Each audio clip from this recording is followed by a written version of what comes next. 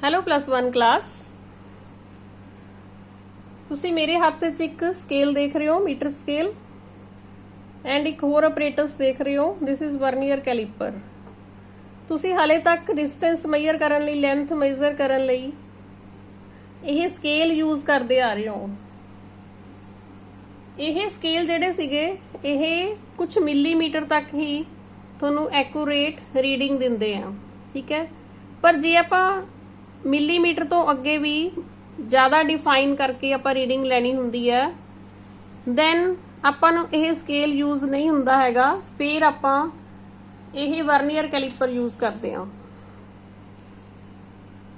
ਠੀਕ ਹੈ। ਕੁਝ ਆਪਾਂ ਫਿਜ਼ਿਕਸ ਦੇ ਵਿੱਚ +1 ਚ ਆਪਰੇਟਰਸ ਪੜ੍ਹਨੇ ਆ, ਜਿਸ ਤਰ੍ਹਾਂ ਵਰਨੀਅਰ ਕੈਲੀਪਰ, ਸੈਕਿੰਡ ਤੁਹਾਡਾ ਸਕਰੂ ਗੌਜ ਵੀ ਹੋਏਗਾ, ਦੈਨ ਸਪੀਰੀਓਮੀਟਰ। ਇਹ ਆਪਰੇਟਸ ਆਪਾਂ ਕਿਉਂ ਯੂਜ਼ ਕਰਦੇ ਆ? ਕਿਉਂਕਿ ਆਪਾਂ ਨੂੰ ਬਹੁਤ ਜ਼ਿਆਦਾ ਐਕੂਰੇਟ ਅਪ ਟੂ ਡੈਸੀਮਲਸ, ਮਿਲੀਮੀਟਰ ਤੋਂ ਵੀ ਜ਼ਿਆਦਾ ਡਿਫਾਈਨ ਕਰਕੇ ਰੀਡਿੰਗ ਚਾਹੀਦੀ ਹੁੰਦੀ ਹੈ। ਇਸ ਵਰਨੀਅਰ ਕੈਲੀਪਰ 'ਚ ਤੁਸੀਂ ਦੇਖ ਸਕਦੇ ਹੋ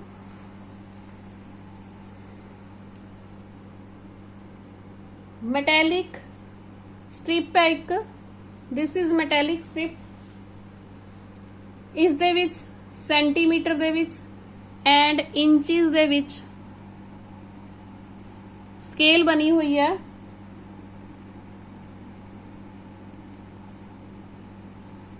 ਠੀਕ ਹੈ ਬੱਚੋ, ਇਸ ਤਰ੍ਹਾਂ ਹੀ ਇਹਦੇ ਜਾਜ਼ ਹੈ। ਥੀਸ ਆਰ ਦੀ ਜਾਜ਼। ਇਸ ਜਾਜ਼ ਨੂੰ ਆਪਾਂ ਇਸ ਸਕਰੂ ਨਾਲ ਓਪਨ ਕਰ ਸਕਦੇ ਹਾਂ। ਇਹ ਜਿਹੜੇ ਜਾਜ਼ ਹੈ ਇਹ ਸਟ੍ਰਿਪ ਦੇ ਪਰਪੈਂਡੀਕੂਲਰ ਹੈ। ਇਸ ਤਰ੍ਹਾਂ ਹੀ ਇੱਕ ਆਹ ਵਰਨੀਅਰ ਸਕੇਲ ਤੁਹਾਨੂੰ ਦਿਖ ਰਹੀ ਹੋਣੀ। ਦਿਸ ਇਜ਼ ਵਰਨੀਅਰ ਸਕੇਲ, ਠੀਕ ਹੈ। ਇਹ ਮੇਨ ਸਕੇਲ ਹੈ ਬੱਚੋ। This is main scale. ਜਿਹੜੀ ਤੁਹਾਨੂੰ ਅੰਦਰ ਦਿਖ ਰਹੀ ਹੈ ਇਹ ਮੇਨ ਸਕੇਲ ਹੈ, ਔਰ ਜਿਹੜੀ ਇਹ ਸਕੇਲ ਦਿਖ ਰਹੀ ਹੈ ਦਿਸ ਇਜ਼ ਵਰਨੀਅਰ ਸਕੇਲ।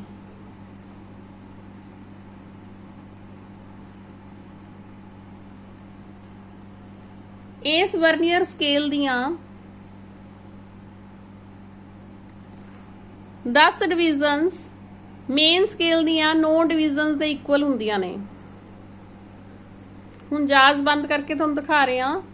ਇਸ ਦੀਆਂ 10 ਡਿਵੀਜ਼ਨਸ ਮੇਨ ਸਕੇਲ ਦੀਆਂ 9 ਡਿਵੀਜ਼ਨਸ ਦੇ ਇਕੁਅਲ ਹੁੰਦੀਆਂ ਨੇ,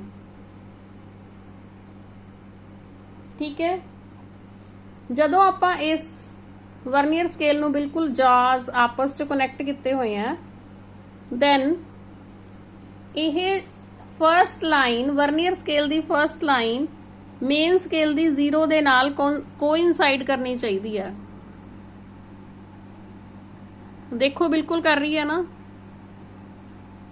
ਨਾ ਇਹ ਅੱਗੇ ਹੋਣੀ ਚਾਹੀਦੀ ਹੈ ਨਾ ਹੀ ਪਿੱਛੇ ਹੋਣੀ ਚਾਹੀਦੀ ਹੈ। This lower line should exactly match the upper line 0 line of main scale। ਜੇ ਸਪੋਜ਼ ਕਰੋ ਇਹ ਨਹੀਂ ਮੈਚ ਕਰ ਰਹੀ, ਮੈਂ ਦੇਖੋ ਤੁਹਾਨੂੰ ਥੋੜਾ ਹੁਣ ਇਸ ਤਰ੍ਹਾਂ ਕਰਕੇ ਦਿਖਾਤਾ, ਤਾਂ ਇਸ 'ਚ 0 ਐਰਰ ਹੈ। ਐਕਚੁਅਲੀ ਇਸ 'ਚ ਨਹੀਂ ਹੈ, ਪਰ ਮੈਂ ਚੇਂਜ ਕਰਕੇ ਦਿਖਾਇਆ ਤੁਹਾਨੂੰ ਕਿਉਂਕਿ ਆਪਾਂ 0 ਐਰਰ ਦੇਖਣੀ ਹੁੰਦੀ ਹੈ ਜਾਜ਼ ਬੰਦ ਕਰਕੇ ਬਿਲਕੁਲ,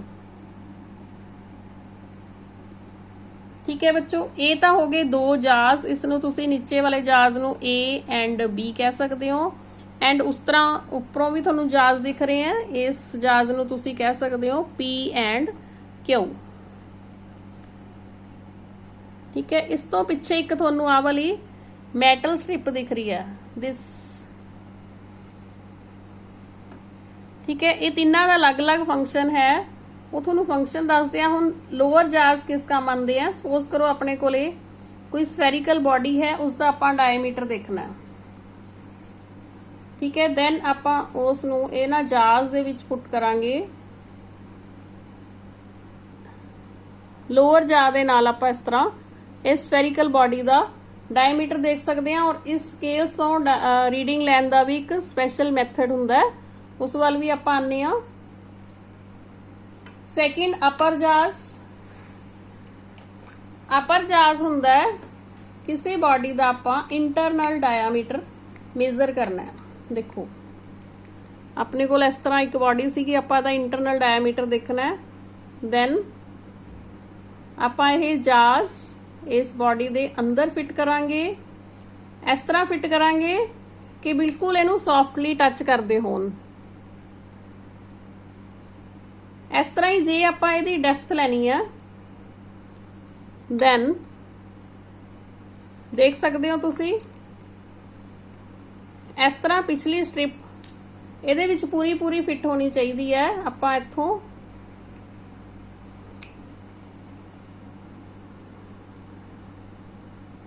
ठीक है, इस ਆਪਾਂ बॉडी ਦੀ इंटरनल डेप्थ भी मेजर कर ली, ਇੱਥੋਂ रीडिंग ਲੈਣੀ ਤੁਹਾਨੂੰ ਦੱਸਦੇ ਆ। इस तरह ही ਤੁਸੀਂ ਕਿਸੇ ਬਲੌਕ ਦੀ ਤੁਹਾਡੇ ਕੋਲ क्यूब है या क्यूबाइड है, जिवें मेरे को एक इस शेप की बॉडी है, इसकी तुसी लेंथ ब्रैथ एंड हाइट भी मेजर कर सकते हो। जिस तरह आप मान लें कि यह लेंथ है एंड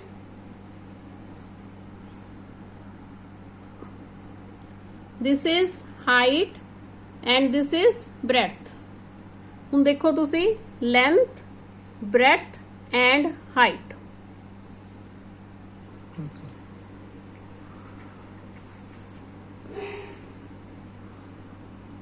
हाँ जी, तुसी इन्हां जाज दे विच इस क्यूबाइड नू फिट करके एक बार लेंथ मेजर कर ली, दैन हाइट, इस तरह ही ब्रैथ। ये तुहानू 1 बाय 1 करके भी दिखानी आ। इस तो पहला मैं तुहानू इहदा लीस्ट काउंट दसदी आ। इस वर्नियर कैलीपर का लीस्ट काउंट की है।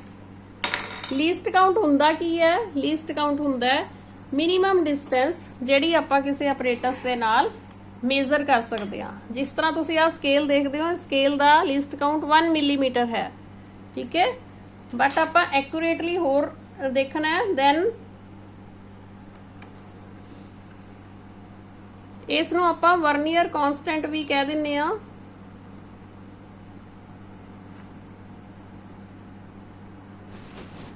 या लीस्ट काउंट भी कह दिंदे आ। थोनू इस दस्सिया 2 स्केल्स हुंदियां। This small scale is vernier scale and this is main scale. 10 vernier division,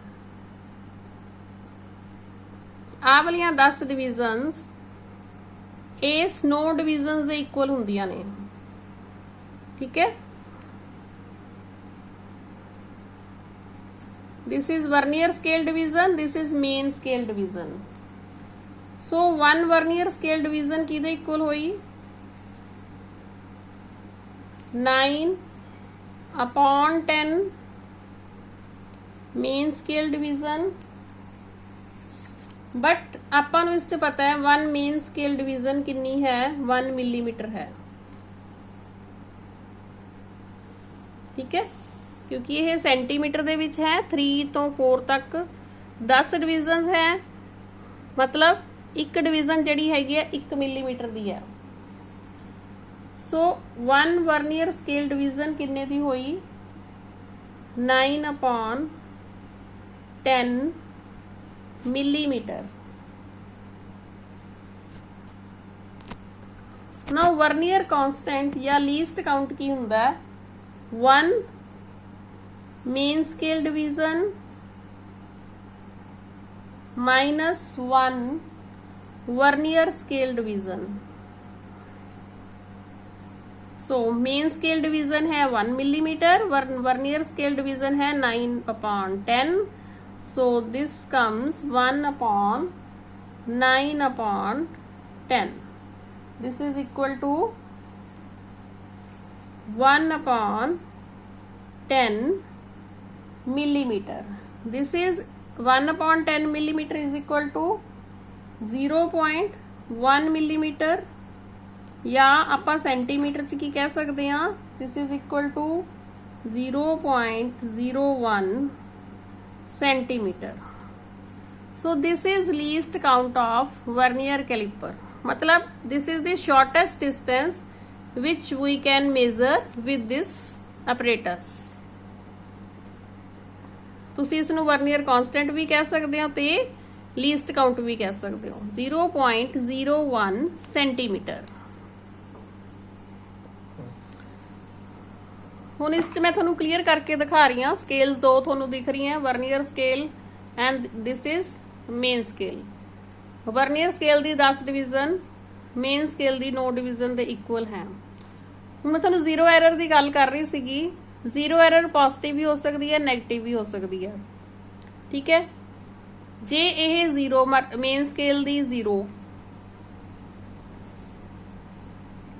if zero of the vernier is towards the right of the zero of the main scale, ਜਿਵੇਂ ਤੁਸੀਂ ਇਸ ਕੇਸ 'ਚ ਦੇਖ ਰਹੇ ਹੋ, then zero error is positive.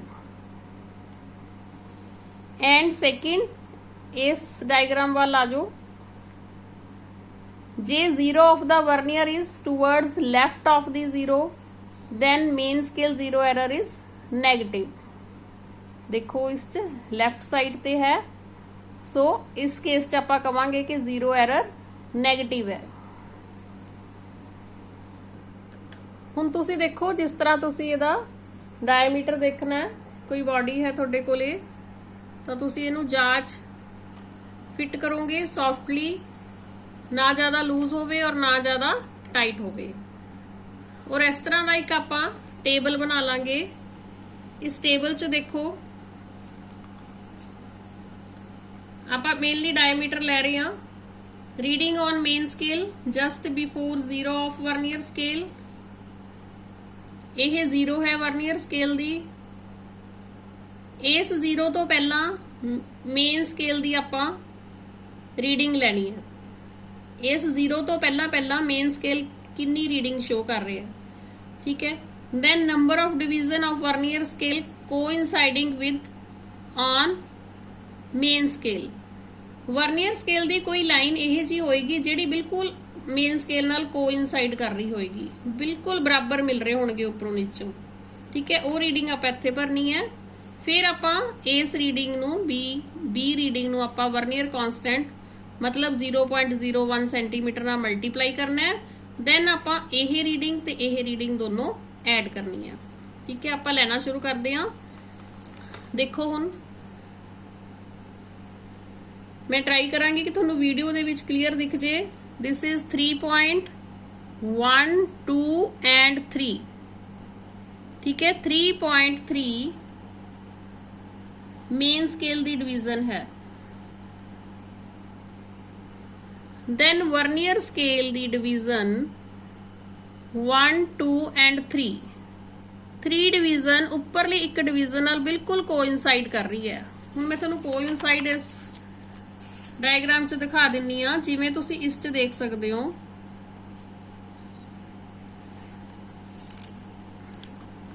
ਇਸ diagram 'ਚ ਦੇਖੋ ਤੁਸੀਂ, ਇਹ ਵਰਨੀਅਰ ਸਕੇਲ ਦੀ ਡਿਵੀਜ਼ਨ ਹੈ, ਇਹ ਮੇਨ ਸਕੇਲ ਦੀ ਡਿਵੀਜ਼ਨ ਹੈ। ਦੋਨੇ ਬਿਲਕੁਲ ਕੋਇਨਸਾਈਡ ਕਰ ਰਹੀਆਂ। ਠੀਕ ਹੋ, ਇਹ ਅੱਗੇ ਪਿੱਛੇ ਹੈ, ਇਹ ਵੀ ਅੱਗੇ ਪਿੱਛੇ ਹੈ, ਇਹ ਵੀ ਅੱਗੇ ਪਿੱਛੇ ਹੈ, ਇਹਨਾਂ 'ਚ ਬਹੁਤ ਫਰਕ ਹੈ। ਠੀਕ ਹੈ, but only this division is coinciding. So ਇਸ ਕੇਸ 'ਚ ਵੀ ਆਪਣੇ ਕੋਲ ਥਰਡ ਡਿਵੀਜ਼ਨ ਜਿਹੜੀ ਹੈਗੀ ਹੈ ਕੋਇਨਸਾਈਡ ਕਰ ਰਹੀ ਹੈ। ਸੋ B ਦੀ ਵੈਲਿਊ ਹੋ ਜਾਊਗੀ 3। ਦੈਨ ਆਪਾਂ 3 ਨੂੰ ਵਰਨੀਅਰ ਕਾਂਸਟੈਂਟ ਨਾਲ ਮਲਟੀਪਲਾਈ ਕਰਨਾ ਹੈ। This is 3 into 0.01, this will be equal to 0.03। then ਆਪਾਂ ਇਹ ਵੈਲਿਊ ਤੇ ਇਹ ਵੈਲਿਊ ਐਡ ਕਰਨੀ ਹੈ। 3.3 plus 0.03, ਇਹ ਆਪਣੇ ਕੋਲ ਆ ਗਿਆ 3.33 in ਸੈਂਟੀਮੀਟਰ। ਇਸ ਤਰ੍ਹਾਂ ਹੀ ਤੁਸੀਂ 2 3 4 ਰੀਡਿੰਗ ਲੈਣੀ ਹੈ। 4 ਰੀਡਿੰਗ ਕਿਉਂ ਲੈਣੀ ਹੈ? ਕਿਉਂਕਿ ਤੁਸੀਂ ਇਹਦੀ ਪੋਜੀਸ਼ਨ ਚੇਂਜ ਕਰ ਕਰਕੇ ਇਸ ਨੂੰ ਫਿੱਟ ਕਰਕੇ ਇਹਦੀ ਅਲੱਗ-ਅਲੱਗ ਡਾਇਮੀਟਰ ਦੇਖੀ ਜਾਣਾ ਹੈ। ਠੀਕ ਹੈ, ਇਹ ਹੋ ਗਿਆ ਤੁਹਾਡਾ ਸਫੈਰੀਕਲ ਬਾਡੀ ਦਾ ਡਾਇਮੀਟਰ ਫਾਈਂਡ ਆਊਟ ਕਰਨਾ।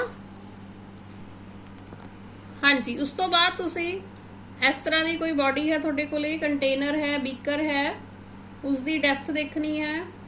ਉਸ ਡੈਪਥ ਨੂੰ ਦੇਖਣ ਲਈ ਇਹ ਸਟ੍ਰਿਪ ਬਿਲਕੁਲ ਇਹਦੇ ਵਿੱਚ ਫਿੱਟ ਕਰਨੀ ਹੈ, ਠੀਕ ਹੈ। ਇਸ ਪੁਆਇੰਟ ਤੱਕ, ਇਸ ਪੁਆਇੰਟ ਤੱਕ ਆਪਾਂ ਫਿੱਟ ਕਰਨੀ ਹੈ। ਅਲੱਗ-ਅਲੱਗ ਜਗ੍ਹਾ ਤੇ ਲੈ ਕੇ 2-3 ਪੁਆਇੰਟ ਸੋਚ ਲੈਣੇ ਆ ਤੁਸੀਂ, ਉੱਥੋਂ ਲੈ ਕੇ ਤੁਸੀਂ ਇਸ ਤਰ੍ਹਾਂ ਦੇ ਟੇਬਲ ਦੇ ਵਿੱਚ ਦੇਖੋ 1 2 3 4 ਤੱਕ ਰੀਡਿੰਗਸ ਲੈ ਸਕਦੇ ਹੋ, ਪੋਜੀਸ਼ਨ ਚੇਂਜ ਕਰ ਕਰਕੇ। ਰੀਡਿੰਗ ਲੈਣ ਦਾ ਤਰੀਕਾ ਉਹੀ ਹੈ। ਦੇਖੋ ਹੁਣ ਇਸ ਦੇ ਵਿੱਚ ਮੇਨ ਸਕੇਲ ਡਿਵੀਜ਼ਨ ਦੀ ਇਸ ਵਰਨੀਅਰ ਤੋਂ ਪਹਿਲਾਂ ਮੇਨ ਸਕੇਲ ਦੀ ਡਿਵੀਜ਼ਨ ਲੈਣੀ ਹੈ। This is number 2 and 1 2 and 3। ਆਪਣੇ ਕੋਲ ਮੇਨ ਸਕੇਲ ਦੀ ਰੀਡਿੰਗ ਆ ਰਹੀ ਹੈ 2.3। ਹੁਣ ਇਸ 'ਚ ਆਪਾਂ ਦੇਖਣੀ ਹੈ ਕਿਹੜੀ ਕੋਇਨਸਾਈਡ ਕਰ ਰਹੀ ਹੈ। ਕੋਇਨਸਾਈਡ ਤੁਸੀਂ ਸਮਝ ਗਏ ਬੱਚੇ। ਹੁਣ ਇਸ 'ਚ 4 ਨੰਬਰ ਕੋਇਨਸਾਈਡ ਕਰ ਰਹੇ ਹੈ। This is 4 multiply by 0.01, this will be 0.04। ਹੁਣ ਇਹ ਤੇ ਇਹ ਰੀਡਿੰਗ ਆਪਾਂ ਪਲੱਸ ਕਰ ਦੇਣੀ ਹੈ 2.3 plus 0.04, this is equal to 2.34 centimetre. इस तरह ही तुसी इस तरह 4 रीडिंग लेनी है और उन्हों दी मीन कट लेना है। ऑब्जर्व मीन डेप्थ, ठीक है। अपने को इस जीरो करैक्शन कोई है नहीं, हुण जीरो एरर कोई नहीं हैगी, इस करके आपां जीरो एरर नूं इग्नोर कर रहे हैं हर बार।